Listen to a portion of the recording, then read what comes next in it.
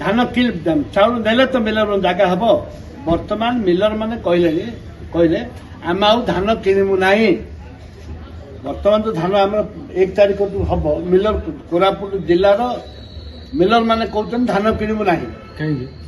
ଯେହେତୁ ତାଙ୍କର ଜାଗା ନାହିଁ। ମାତ୍ର 8% ଚାଉଳ ଯାଇଛି।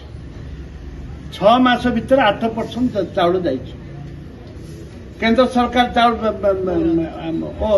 FCI ନଉନି, ଧାନ ଚାଉଳ ନଉନି। ରାଜ୍ୟ ସରକାର କେତେ ମିଡ୍ ଡେ ମିଲ୍ ଦେବେ? 5 କେଜିରୁ ଚାଉଳ ଅଛି 10 କେଜି କଲେ ମୁଁ ସବୁ ଫ୍ରି ଛାଡ଼ିଦେବା। ଯେତିକି ଧାନ ଆମେ ଦଉଛେ, ଯେତିକି ଚାଉଳ ଆଦାୟ ହଉଛି ସବୁ ଗରିବ ଲୋକକୁ ବଣ୍ଟା ଯାଉ। ମୁଁ କହିବା ଅନୁଯାୟୀ ବାଣ୍ଟିଲେ ଚାଉଳ ସରିବ, ଗୋଦାମ ଖାଲି ହବ। ଚାଉଳ ସରିଲେ ତ ଗୋଦାମ ଖାଲି ହବ। ଯେହେତୁ ତମେ ବାଣ୍ଟୁନ, ଗୋଦାମ ଖାଲି ହଉନି, ମିଲରଙ୍କ ଚାଉଳ ଖାଲି ହଉନି। ସମାଧାନ କେମିତି ହବ? ଇଆଡେ ଧାନ ଉଠିବ। ରବି ଧାନରେ ଆସନ୍ତା 1 ତାରିଖଠୁ ଧାନ କିଣା ହବ। ଆସନ୍ତା 1 ତାରିଖଠୁ ଧାନ କିଣା ହବ। ଯେହେତୁ 1 ତାରିଖଠୁ କିଣିଲେ ଧାନ ନ ପଡ଼ିଥିଲେ କଲେକ୍ଟର ହାତରେ ଅଛି 7 ଦିନ ଏକ୍ସଟେନସନ କରିବା ପାଇଁ ଟୋକନ। ଏବଂ ତା ସହିତ କୋରାପୁଟ ଜିଲ୍ଲାରେ ମଣ୍ଡିରେ ବହୁତ ଅବ୍ୟବସ୍ଥା ହେଉଛି।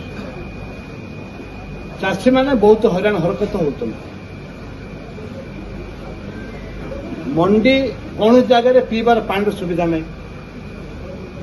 ଛୋଟ ପିଲାକୁ ନେଇକି କିଏ ମଣ୍ଡି ଗଲେ କ୍ଷୀର ପିଇବାକୁ ଜାଗା ନାହିଁ। ଯେଉଁମାନେ ଚାଷୀମାନେ ନେଉଛନ୍ତି ମଣ୍ଡିକି ଧାନ, ରେଷ୍ଟ ହାଉସ୍ ନାହିଁ। ବିଭିନ୍ନ ପ୍ରକାର ଅସୁବିଧା ଅଛି। ଚାଷୀ ଦେଉଛନ୍ତି 2% ପ୍ରତ୍ୟେକ ଏହି ସୁବିଧା ପାଇଁ ଚାଷୀ 2% ଦେଉଛନ୍ତି।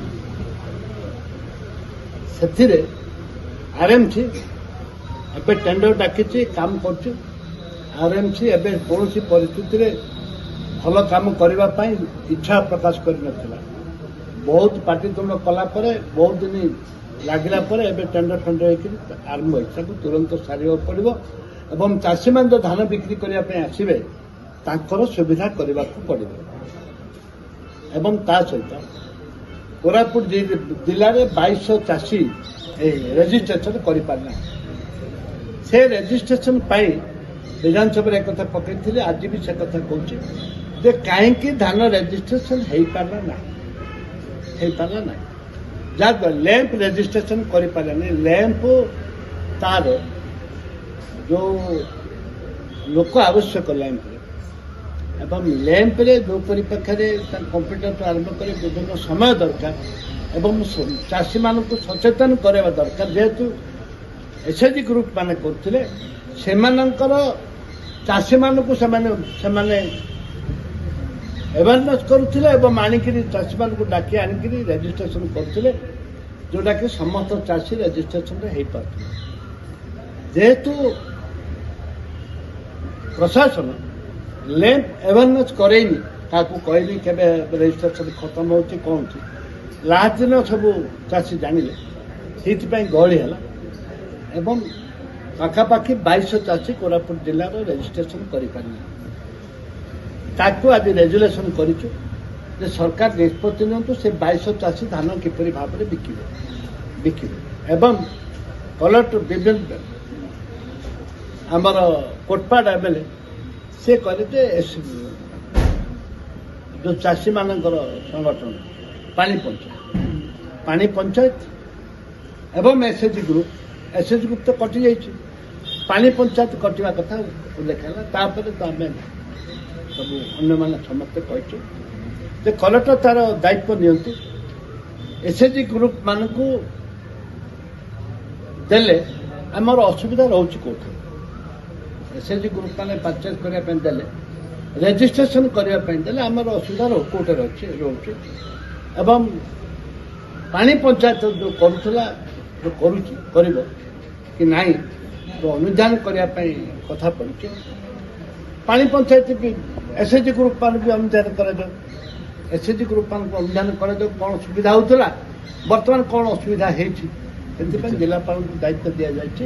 ସେ 8 ଦିନ ଭିତରେ ସେ ଗୋଟେ विडियो की कहीकि इनक्वारी करेंगे एसएचजी ग्रुप मानकर जो दि जाइए सुविधा आसा कथा ताकू आईन कौन कौन एडिशनल सेक्रेटरी गोटे चिठी दे उपस्थापन कले आईन कौन कौन कौन ना ताकू अनुधान करके विधायक मान सर आप सार उपर असंतोष प्रकाश करते किसी माने व्यवस्था सार चाषी मान जिते चाषी मैंने सार नेले धान रुआ 5 एकड़ को गोटे बस्ता सार देले एकड़ को जिते गोटे बस्ता सार देले चाषी मैंने मत टेलीफोन रे कंप्लेन कले मु फोन करती सरकार केते तमे रिक्वायरमेंट चाषी सार अच्छी कोरापुट जिला केते रिक्वायरमेंट एवं केते सरकार देइचंती